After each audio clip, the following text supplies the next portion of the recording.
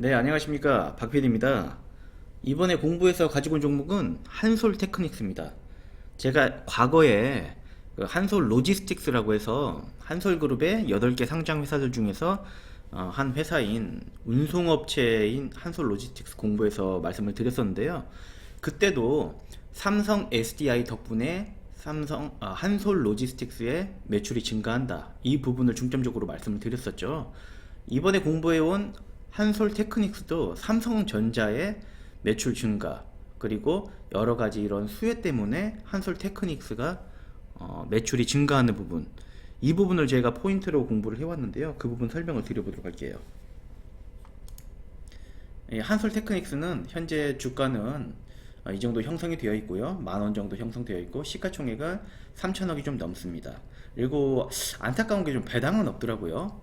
PER은 펀은 지금 이렇게 나와 있긴 한데 이거는 2019년도에 당기순이익이 적게 나와서 그런 거고, 내년 예상치를 보면은 PER은 한 자릿수로 떨어질 걸로 예상이 돼요. 그 부분도 좀 이따 설명을 한번 드려보도록 할게요. 기업 개요로는 동사는 과거에 꽤 오래전에 설립이 됐더라고요. 1966년 8월에 설립이 됐고 상장은 88년도에 상장을 했습니다. 한솔그룹의 8개 정도 되는 상장회사 중 하나고요.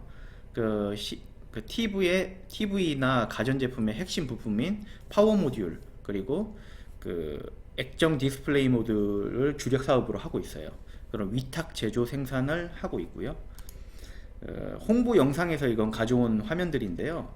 간단하게 전기, 전자의 부품, 그리고 EMS 외주 생산이죠. 그리고 에너지 솔루션, 태양광도 일부 하고 있습니다. 매출 비중은 한 10% 정도 되고 있고요. 이런 부분의 대표 기업이라고 하고요. 사업을 영위하고 있는 부분에 대해서 이제 화면이 나오고 있는데요.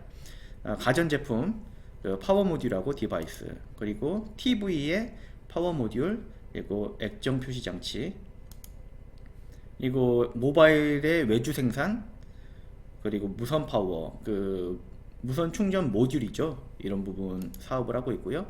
자동차에도 비슷하게 LCD 모듈, 변속 정보 디스플레이, 그리고 아까 핸드폰에서처럼 무선 충전 패드, 이런 부분 제조를 하고 있고요. 그리고 마지막으로 태양광 모듈, 그리고 태양광 인버터, 이런 부분 생산을 하고 있습니다. 그리고 중국, 베트남, 태국에 공장이 있긴 한데 주력 공장은 태국하고 베트남에 있는 걸로 나와 있습니다.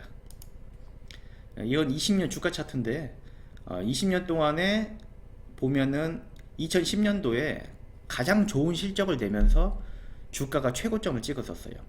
그 이후로 그 주력 사업의 패턴이 좀 바뀌면서 게임 체인지가 이루어지면서 매출이 좀 감소하고 그에 따라서 주가가 굉장히 하락을 했는데요. 이 주가 하락이 거의 10년째 이어지고 있어요. 그런데 최근에 좀 다른 움직임이 보이고 매출도 점점 좋아지고 주가도 좀 그에 따라서 상승을 할 걸로 예상이 되더라고요. 제2의 성장기가 도래하는 그런 모습을 보여주고 있어서 그런 부분에 중점을 둬서 좀 공부를 해봤고요. 아까 주가 보시면은 2010년도에 정점을 찍었었는데요. 그 정점 찍은 이유가 2010년도에 매출이 굉장히 잘 나왔어요. 실적이 굉장히 잘 나왔고 그 이후에 급감을 하면서 이때 직원도 1,500명이었는데 500명까지 감축을 하고 굉장히 힘든 시간을 보냈었습니다. 그러다가 최근에 점점 실적이 좋아지고 새로운 신규 사업도 활성화가 되고 있고 그에 따라서 기존 사업과 신규 사업이 모두 다 잘 되면서 다시 한번 제2의 전성기를 맞이할 거라는 그런 관측이 나오고 있더라고요. 지금 현재 올해 실적은 아마 매출액 1,200억으로, 다시 말씀드릴게요. 죄송합니다. 1조 2천억으로 이 예상치에 맞을 것 같아요. 부합할 것 같은데 2021년, 2022년에는 굉장히 큰 폭으로 성장을 예상을 하더라고요. 이건 키움증권 레포트에서 나오는 부분을 가져온 건데 이렇게까지 큰 폭으로 성장할지는 지켜봐야겠지만 좋은 모습을 보여줄 것 같긴 합니다. 지금 기존 사업 파워 모듈 부분에 이어서 LCM 액정 디스플레이 모듈 부분 신규 사업을 2019년 말에 신사업으로 뛰어들었고 이 부분이 굉장히 큰 성과를 이루어 줄 것으로 보여주고 있는데요. 액정 디스플레이 모듈이 2019년도 말에 시작을 해서 2020년도에 실적이 반영되고 있는데, 실제로 이 부분이 과거에 비해서 작년에 비해서 한 2배 정도 상승을 한 걸로 제가 확인을 했어요. 여기에 내년에는 훨씬 더 큰 폭으로 상승할 걸로 이제 나와 있더라고요. 관측을 했더라고요. 이 부분을 좀 중점적으로 보시면 될 것 같고요. 여기 신규 사업에 더불어서 기존 사업도 그 삼성전자에서 외주 생산 비중을 좀 늘릴 것으로 예상이 돼요. 그 수혜로 한솔테크닉스가 좀 수혜를 굉장히 크게 받을 걸로 예상이 되더라고요. 이건 키움증권에서 나온 레포트를 제가 좀 가져와 봤는데요. 동사는 기나긴 한계 사업 구조 중에 터널을 빠져나와 3분기 최대 실적을 달성했다고 나와 있는데, 실제로 달성했습니다. 그리고 주력 고객사의 스마트폰, 삼성이죠. 삼성의 스마트폰 및 TV 외주 생산 비중 확대, 그리고 주력 고객사 삼성의 TV 외주 생산 비중이 확대 움직임의 동사는 지난 4월 호치민 공장 가동 개시에 이어 인근의 액정 디스플레이 모듈 그리고 파워보드 생산 및 테스트 조립이 가능한 이 공장 증설 작업에 착수를 했다고 합니다. 이런 부분이 이런 실적 상승 예상치를 뒷받침할 수 있는 근거라고 볼 수 있겠죠. 그리고 또 주력 고객사가 삼성이 2021년도에 글로벌 스마트폰, 화웨이가 지금 미국의 공격을 받아서 굉장히 타격을 입었잖아요. 그 반사 이익으로 삼성의 핸드폰 시장 점유율이 늘어날 걸로 관측이 많이 되더라고요. 그런 부분이겠죠. 글로벌 스마트폰 및 TV 시장에서 점유율 상승 추세를 이어갈 것으로 예상. 이에 따라 수혜가 예상이 된다고 나와 있고요. 여기에 또 외주 생산 비중이 늘어날 걸로 예상이 되면서 이 수혜를 또 한솔테크닉스가 입을 걸로 예상이 된다고 나와 있습니다. 이건 가볍게 살펴볼게요. 회사의 개요인데 해외 사업, 해외 법인들인데, 이 중에서 비중 있는 건 이제 태국, 자산 총액도 굉장히 크죠. 매출도 굉장히 잘 나오고 있습니다. 그리고 베트남, 그리고 그 외에 미국은 뭐 굉장히 작아요. 1억 1,900만 원 정도. 그냥 사무실 하나 조그만하게 있는 것 같은데, 이런 거는 그냥 크게 비중 안 보셔도 될 것 같고요. 매출 실적 추이로는 파워보드, 주력 사업이죠. 가장 매출액이 크고 주력 사업인데, 이 부분이 지금 2020년 3분기에요. 4분기는 아직 안 나왔고 3분기까지인데 벌써 작년 1년 총 매출액을 넘어섰어요. 파워보드 부분은 큰 성장을 이루어주고 있고, 여기에 아까 LCM 액정 표시장치 신규 사업이죠. 이 부분이 여기 들어있는 것 같아요. 휴대폰은 당연히 아닐 테고요. 이 부분에 포함이 되어 있는 것 같은데, 재작년 비슷한 수준이었다가 2배 이상 늘었죠. 지금 3분기까지인 걸 감안했을 때는 굉장히 큰 폭의 성장을 보여주고 있고요. 이게 가장 주목되는 부분인 것 같습니다. 이렇게 긍정적인 모습 보여주고 있고요. 수출 내수 부분 보면은 파워보드가 수출이 굉장히 늘었어요. 해외 법인에서 생산이 많이 늘었다는 거죠. 그리고 기타 전자부품, 그 LCM 부분이겠죠. 이 부분은 수출 내수 두 군데 다 많이 늘었습니다. 긍정적인 모습 이렇게 보여주고 있고요. 가동률로는 진천공장 그리고 오창공장 그 평균 가동률 100% 가까이 되고 있고, LED 웨이퍼는 매출도 굉장히 안 나와요. 거기다가 가동률도 낮아가지고 이 사업은 아마 접는 게 좋지 않을까. 가능성이 없으면 빨리 좀 접어가지고 정리를 하는 게 좋지 않을까, 이런 생각이 좀 들었습니다.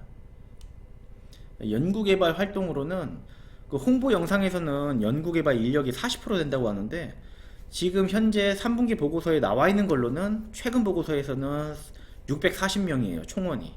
그 중에서 연구개발 담당 조직이 인원이 이렇게 차지하고 있고요. 비율로 봤을 때는 21.5% 정도 차지하고 있더라고요. 홍보 영상은 언제적인지 모르겠는데 실제랑은 다르다. 하지만 연구개발 인력이 21.5%의 비중을 차지하고 있다는 것은 굉장히 크게 차지하고 있는 거죠. 특히 여기에 한솔테크닉스는 매출액이 굉장히 커요. 영업이익, 순이익이 조금 비교적 적고요. 외주 생산 업체고 또 밑에 또 하청들이 있는 모양이에요. 그래서 하청들도 있고 하다 보니까 영업이익, 순이익이 뭐 IT 기업처럼 굉장히 높진 않아요. 한 자릿수고, 그러다 보니까 그에 비하면은 매출에 큰 걸 중점으로 봤을 때 얘기가 길어지고 있는데, 매출의 큰 거 중점으로 봤을 때는 지금 매출액 대비해서 연구개발비가 적은 것 같지만 실제로 봤을 때는 올해 200억 넘어갈 걸로 예상이 돼요. 올해 한 240억 정도 연구개발비로 투자를 하고 있는 걸로 확인을 제가 예상이 되고 있고, 이렇게 확인을 했고, 작년 대비해서 몇십 프로 늘어날 걸로 예상이 돼요. 연구개발에 굉장히 많은 투자를 하고 있다, 최근 들어서. 이렇게 볼 수 있고요. 연결 재무제표 부분, 뭐 큰 부분은 없는데, 크게 우리가 봐야 될 부분은 없는데, 단지 확실히 생산량이 늘어나고, 그런 부분에 따라서 지금 매출 채권 및 기타 유동 채권이 큰 폭으로 늘었습니다. 그리고 생산량이 늘어남에 따라서 재고 자산도 많이 늘었어요.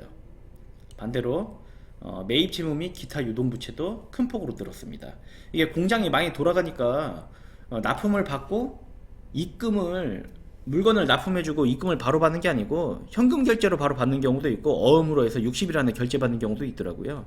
그러다 보니까 그런 부분 때문에 매출 채권이 발생이 되는 거고, 그리고 재고도 생산량이 많아짐에 따라서 재고도 많이 당연히 쌓이겠죠. 그리고 매입 채무도 당연히 늘어나고, 왜냐면 이제 물건을 많이 생산해야 되니까 원재료도 많이 갖다 쓰게 되죠. 원재료도 당연히 이제 바로 결제를 해주는 게 아니고 조금 지연돼서 결제를 하는 경우가 굉장히 많잖아요. 제조업 같은 경우는. 그러니까 생산량이 늘어나면은 이런 부분이 늘어날 수밖에 없고, 이런 부분이 재무제표에서도 잘 보여지고 있습니다. 이런 부분은 뭐 안 좋은 부분이 아니고 오히려 긍정적인 부분이라고 보여요. 이런 부분을 봤을 때 내년에도 실적이 큰 폭으로 상승하지 않을까, 이런 기대가 되고 있고요. 합리적인 기대가 되고 있고, 그럼에 따라서 주가도 실적을 따라가지 않을까. 그래서 아까 보여드렸다시피 제2의 전성기를 맞이하지 않을까, 이런 기대가 되고 있습니다. 네, 오늘 공부한 한솔테크닉스는 영상 여기까지고요. 제가 굉장히 긍정적으로 봤는데 관심 있는 분들은 지켜보셨으면 좋겠습니다. 그리고 한솔 케미칼이라든지 한솔 로지스틱스, 한솔 테크닉스 등은 이렇게 한솔 그룹들을 살펴보면은 삼성의 수혜를 굉장히 많이 받아요. 그래서 삼성이 지금 잘 되고 있잖아요. 삼성전자라든지 삼성 SDI라든지 이런 부분이 사업이 굉장히 잘 되고 있는데, 이런 관련해서 한솔그룹의 상장 회사들을 한번 살펴보는 것도 좋은 공부의 기회가 되지 않을까, 이런 생각이 들었습니다.